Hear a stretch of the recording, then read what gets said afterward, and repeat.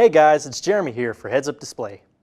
When it comes to comedy in cinema, often those that are remembered more fondly than others usually carry big names. From artists like Charlie Chaplin to Monty Python, comedies by these individuals go down in history as some of the greatest pieces of cinema the comedy world has ever seen. There is one name, however, that stands out more for myself. The name, you ask? Why, it's none other than Mel Brooks himself. Join me in this new series, Playing It by the Brooks, as I talk about his work as a director, starting with one of his firsts, The 12 Chairs.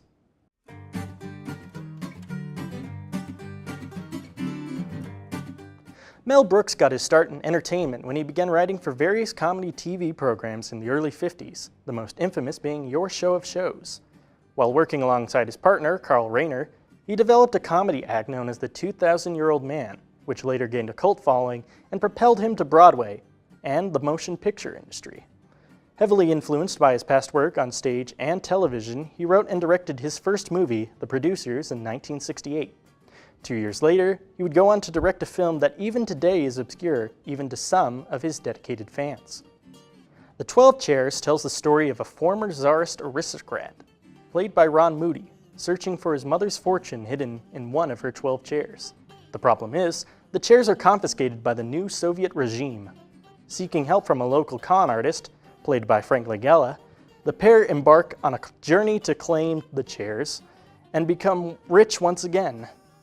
The film also features Dom DeLuise, playing Father Fyodor, a priest who learns of the fortune and seeks to claim it as his own. The film itself is a bit different in style when compared to Brooks' other work. While some of his films are vulgar and carefree, this film has a more serious tone to it.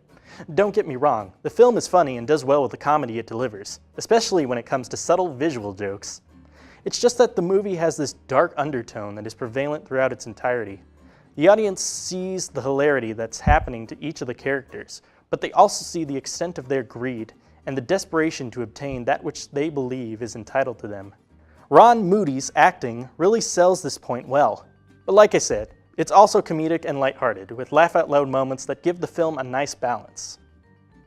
As for everything else about The 12 Chairs, well, that's a bit iffy.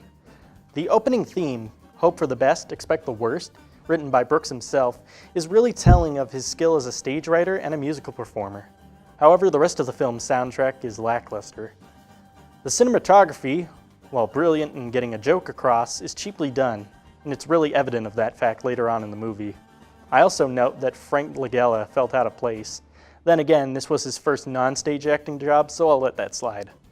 Everyone else in this movie was phenomenal in their acting, especially Dom DeLuise. He makes me laugh whenever he pulls a gag on screen.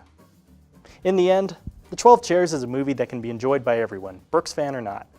Though very weak in its visual aspects, the film drives it home with genuine human connection, and a joke or two on the side.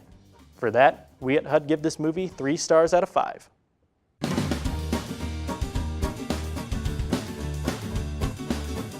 Hey, thanks for watching this review. If you liked the video, feel free to like it and subscribe for more fun content like this. Until then, I'm Jeremy, and this has been Heads Up Display.